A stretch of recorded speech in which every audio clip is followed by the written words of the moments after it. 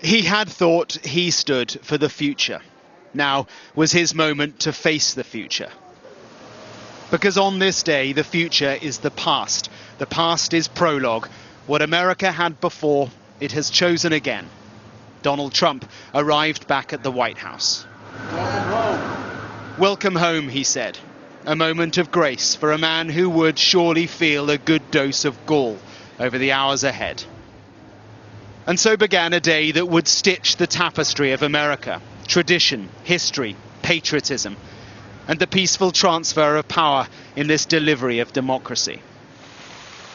There was so much we saw and so much we'd love to have seen. The Trumps taking tea with the Bidens inside the People's House, to have been a fly on that wall. And on this car window too. Because after tea inside the presidential beast, the two presidents rode together up Pennsylvania Avenue to Congress. To the Capitol building, where the inauguration was less than an hour away. Who knows what they discussed? What we do know is that Biden had just preemptively pardoned the people Trump said he would prosecute. The people who investigated the January the 6th protests here in 2021. And the general, Milley, who fell out with Trump. The doctor, Fauci, who fought COVID. All now protected. It was one wave and a tsunami of news on a day of profound consequence. And then the cold weather rejig from outside to in offered quite the symbolism as President-elect Trump approached the Capitol Rotunda. Broken into by his supporters just 4 years ago, he was here now with a Democratic mandate to take the oath of office once again. Good morning, sir. How are you this morning? Good morning. Thank you.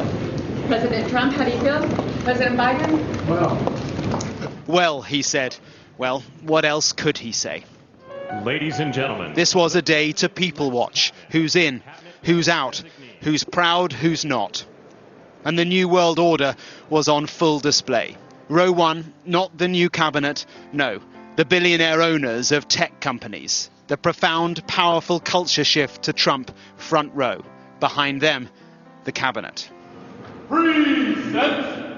The holders of this highest office then filed in, a linear thread of American leadership, Republican or Democrat. The thrust was broadly the same. At least it now feels like that, because Donald Trump promises something so very different.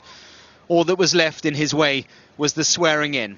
But before that, as the world watched this American pomp, news of Biden's last act. More preemptive pardons for his own family, his brothers and sister and their partners, protecting them, he said, from baseless politically motivated investigations. An admission of guilt, Trump will say. I, James David Vance, do solemnly swear. And then the very heart of this day in history. First, the new vice president. So help me God. So help me God. Congratulations, Mr. Vice President. And what a journey it has been for J.D. Vance, an Appalachian childhood of poverty and family drug addiction, to this, the vice presidency. Tradition requires that those who lost out must watch those who beat them. Not that Mr. Trump afforded Joe Biden this 4 years ago. He didn't show up back then. The President-elect of the United States, the Honorable Donald John Trump. This time, it was his show, and at 12:01, America's 45th president became its 47th. I, Donald John Trump, do solemnly swear. I, Donald John Trump, do solemnly swear. That I will faithfully execute. That I will faithfully execute. The office of President of the United States. The office of President of the United States. And will, to the best of my ability. And will, to the best of my ability. Preserve, protect, and defend. Preserve, protect, and defend. The Constitution of the United States. The Constitution of the United States. So help me God. So help me God. Congratulations, Mr. President. The greatest comeback in political history, complete. The first word was for his predecessor. Thank you, Joe, he said.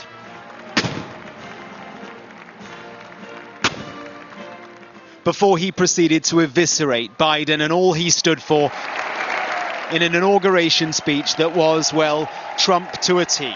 In the United States of America, as we gather today, our government confronts a crisis of trust. For many years, a radical and corrupt establishment has extracted power and wealth from our citizens while the pillars of our society lay broken and seemingly in complete disrepair.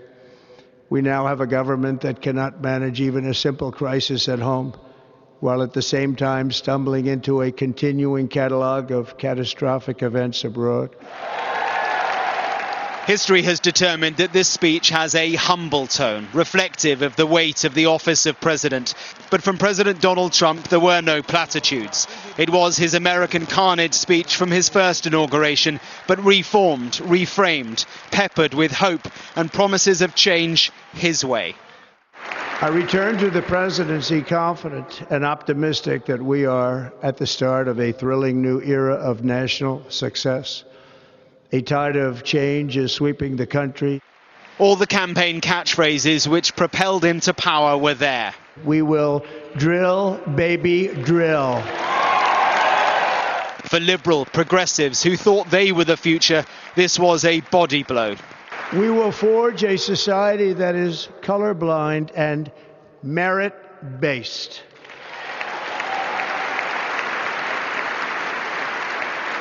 As of today, it will henceforth be the official policy of the United States government that there are only two genders, male and female.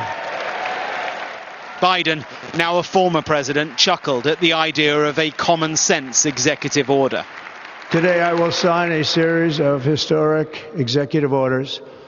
With these actions, we will begin the complete restoration of America and the revolution of common sense. It's all about common sense. First, I will declare a national emergency at our southern border.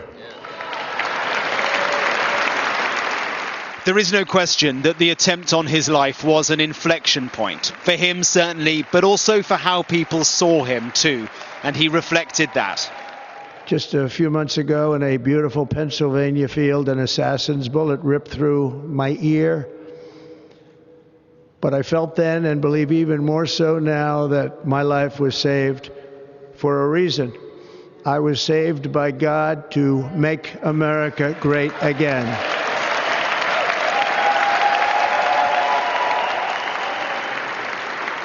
And so there it was, delivered with a confidence he did not have in 2016, the confidence of delivery, the total belief in the superiority of a United States led by President Donald Trump. His final act for these formalities, something he relished surely, waving off Joe Biden. And then he was off. No time to waste, he says. Was it the day America changed? Well, in the days and 4 years ahead, we will find out. Mark Stone, Sky News in Washington.